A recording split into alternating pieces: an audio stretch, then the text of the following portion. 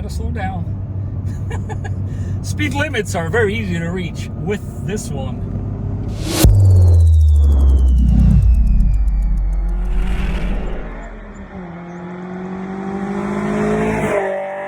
Ladies and gentlemen, welcome back to the channel. This is the Vikings Garage.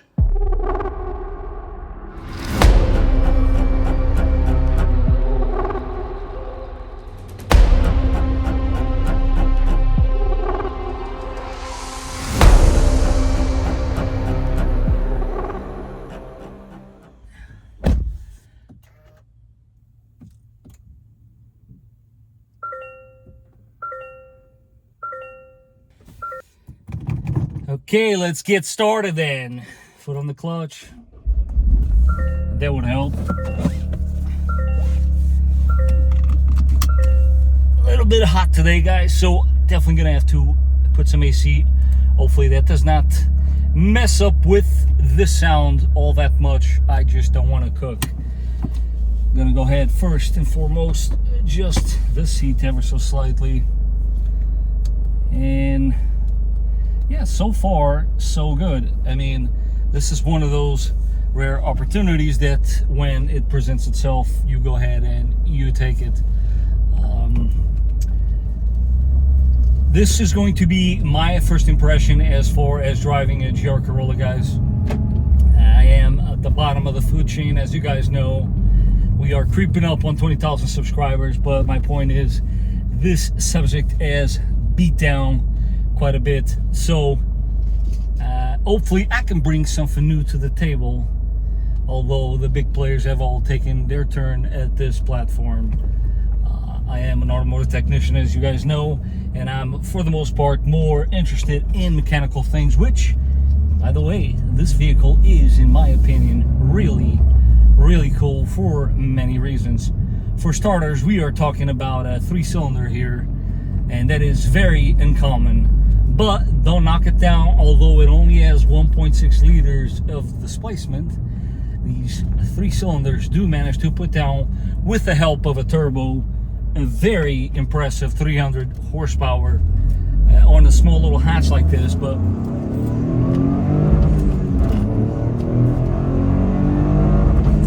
oh, it cuts out once you redline it, of course. Oh, smokes. Okay, all right. It's telling me to slow down. I wonder why. Okay, all right.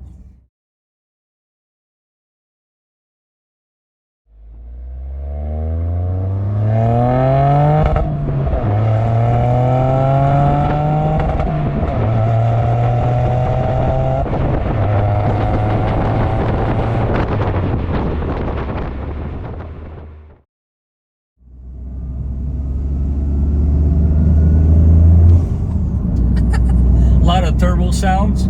You can clearly hear the blow-off valve when you let off. That is neat.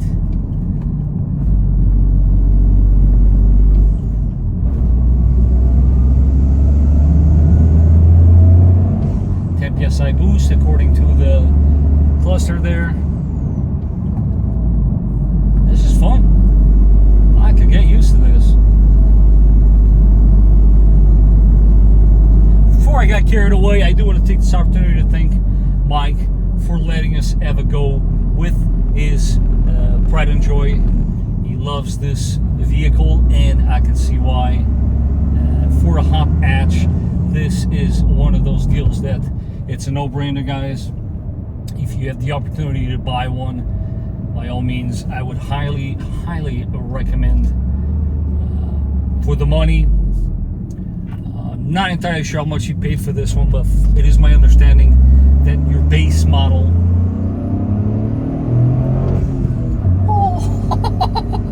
oh man, this car is dangerous. Starts at $37,000 if I'm not mistaken, and I think that is not a bad proposition at all when you consider what you're actually getting for the money. As with most cars that I do get to drive and review a bit, I'm going to show you guys the space back here. It's a pretty decent sized cargo when you consider. From a little test drive that I've been taking it. It is a little harsh suspension wise, but as a toy, oh my god, this car is so much fun. I wish you guys could be here to experience this with me, but I figure I'll show you guys. I mean, I have my equipment here. I actually want to go ahead and show you guys the setup that I did with the camera on the inside here. I'm actually pretty proud of that. That is very steady. I love that equipment. It gives me a very steady image. But yeah, this red to me is popping really well, and I love how the sun just gives it this nice little cherry tone to it. My hat's off to Toyota. I really love this paint job. I personally, if I was to get a GR Corolla, there's only two colors I would get it in.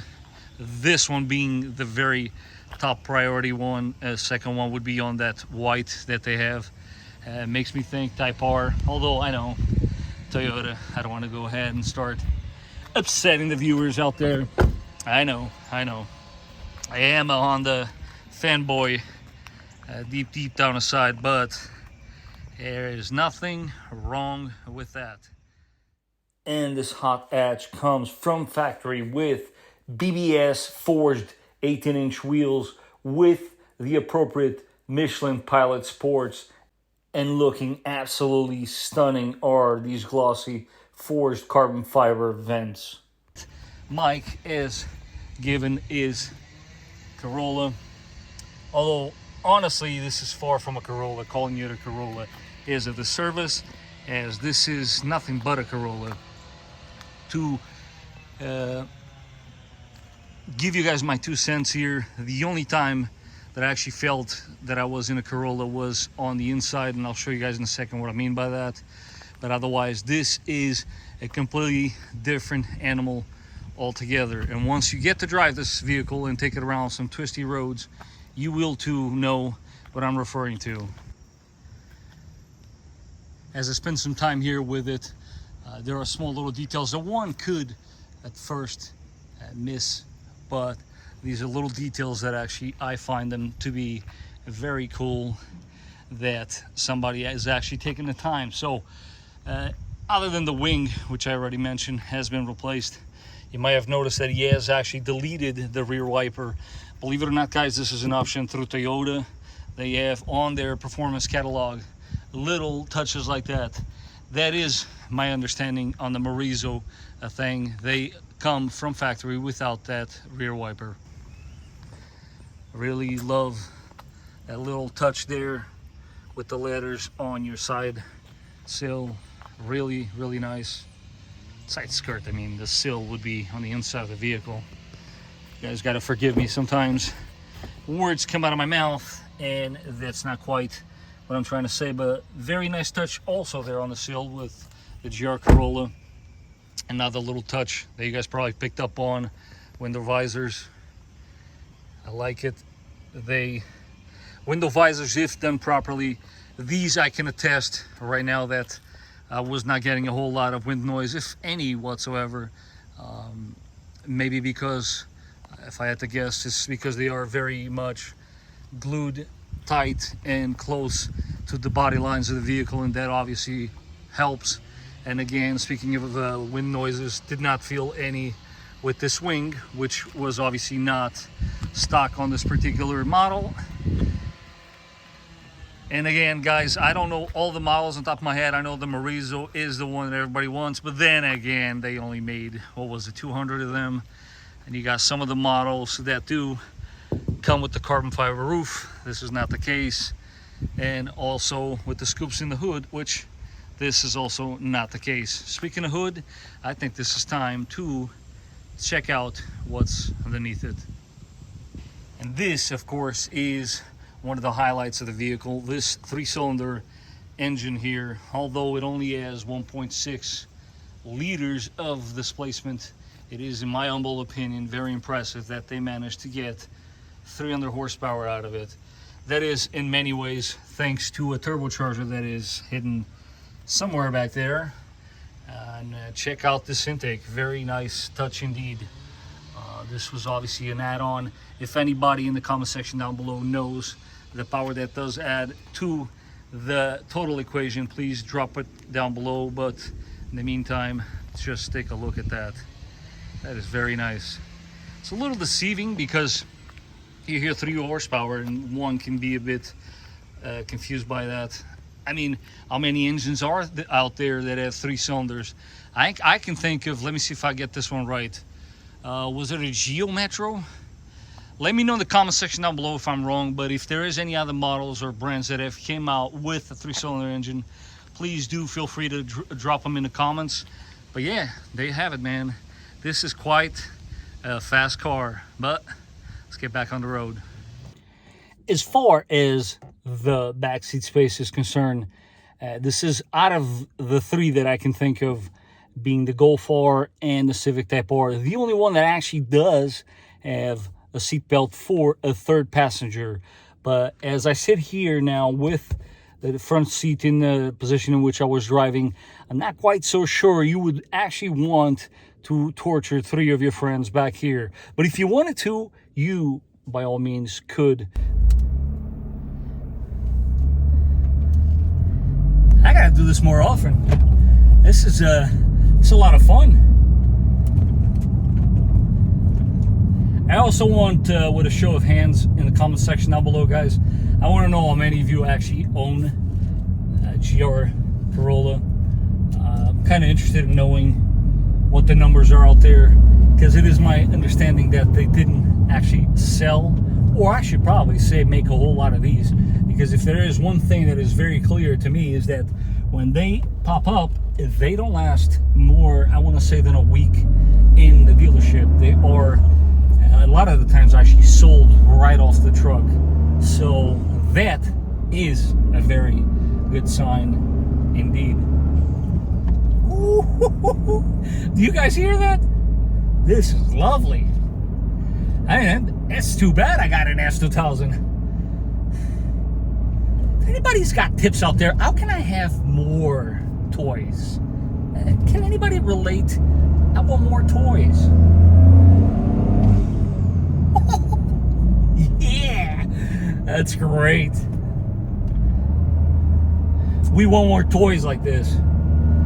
And going back to numbers, guys, the reason why I am so keen on talking about that is because a lot of the reasons why manufacturers don't make this is a very special car. If you haven't picked up on that by now, this is something that doesn't come around very often, because a lot of these manufacturers are caught up in numbers, and then you got to meet this, you got to meet that, and blah blah blah, and we're all being restrained by all this crap, and then special vehicles like this one just don't come into fruition. But I am very happy that they went ahead and made this one.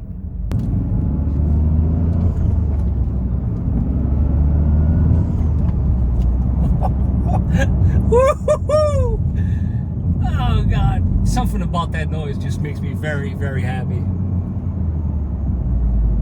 Also, guys, if you are within the tri-state area and you would like to see your vehicle feature on the Vikings Garage, please drop me an email. I'll make sure to leave that information in the description down below, and I will do my very best to get to you and get that video accomplished. I do want to add another note there from a mechanical standpoint. I do like these brakes very much, and goes without saying the suspension is right on point. But one more for the road, guys. Let's go.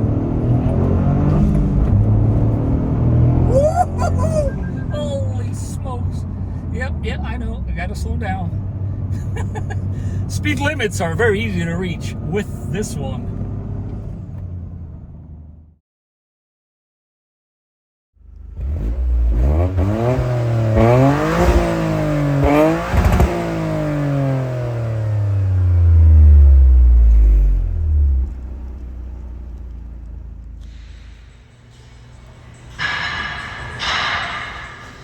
There's the valve. There's definitely a valve there. Yeah. What is it, 4,000 RPM or something like that? 4,000 RPM, yeah. That's awesome. The relief from That's Mike right there. I'm not too sure he wants to be on camera, but say hi, What's Mike. up, guys? Yeah. Thank you once again, Mike. Yeah. been a treat. You want to tell us about this mount? What brand is it? Maybe you can help me just push a Racer X mount. It's a polyurethane mount. It's rated at 60A, so it's a little on the softer side just because this is the daily. Right. So I didn't want anything too stiff. But the older one is just a rubber mount. Yeah, give you guys a better shot there. Yeah, you can kind of see it. Yeah. Apparently, it's one of those modifications. A lot of people are doing it. It just gives it a more, what is it, like, responsive? Yeah, just so you don't, every time you would shift before, you'd feel the motor and the trans kind of pitch back and forth. And now, no more. Yeah, man. Hey, one more thing, Mike. What was the gas mileage you reached the one time when you took that trip? You want to tell us? So I went to Maryland, left it in eco mode, cruising down 60. Right. I was able to get 35 miles per gallon. 35, you heard it. Yeah. Thanks again, man. Yeah.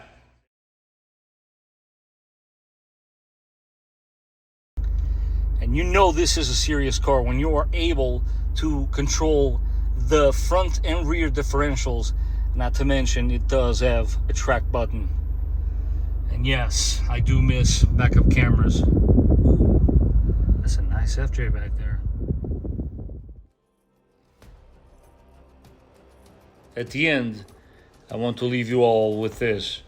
Forget what everyone else is saying and formulate your own opinion by trying the product for yourself. The GR Corolla is undeniably a fun little car with enough power to plant a smile on your face. And that, my friends, is a win in my book. Lap time this, horsepower that. Whatever happened to the visceral connection with the machine that allows you, even for a few moments, to remember what it's like to be careless and free? For me, this is a future bring a trailer hero and is an epic win. And for that, I want to thank Toyota for building it. And I do want to thank you guys for watching.